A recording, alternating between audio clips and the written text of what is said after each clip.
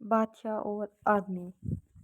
ایک چھوٹی سی ریاست پر ایک بادشاہ حکومت کرتا تھا۔ اسے شکار کھیلنے کا بہت شوق تھا۔ ایک روز بادشاہ اپنے سپاہیوں کے ساتھ شکار کھیلنے نکلا۔ راستے میں اسے ایک آدمی نظر آیا جو لکڑیاں کاٹ رہا تھا۔ قریب ہی ایک گدھا بندھا ہوا تھا۔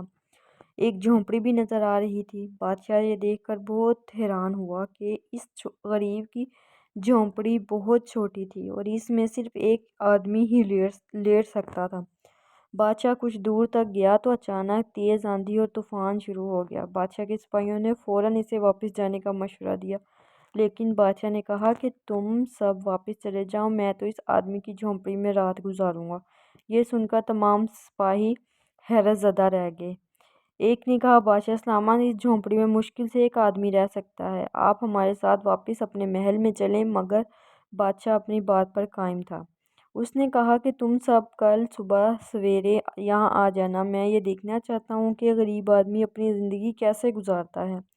چنانچہ جب اس کے تمام سپاہی واپس چلے گئے تو بادشاہ اس آدمی کی جھونپڑی میں پہنچ گیا۔ وہ آدمی بہت خوش مزاج اور مہمان نواز تھا۔ اس نے بادشاہ کا بھرپور استقبال کیا، اسے گرم دودھ پیش کیا جو اس کی پالتو بکری کا تھا۔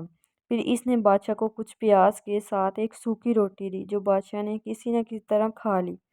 پھر اس نے بادشاہ کے سونے کا انتظام کیا۔ چونکہ جھونپڑی میں صرف ایک بستر تھا، اس لیے وہ خود باہر گھاس پر اپنے گدھے کے قریب سویا اور بادشاہ کو بستر پر لٹا دیا۔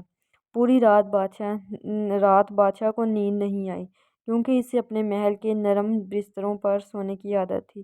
صبح اس نے اس آدمی سے پوچھا، آخر تم شہر میں کیوں نہیں رہتے؟ اس آدمی نے کہا، بادشاہ سلامت، میرے پاس اتنے پیسے نہیں ہوتے کہ میں شہر کے کرائے برداشت کر سکوں، اس وجہ سے ادھر رہنے پر مجبور ہوں۔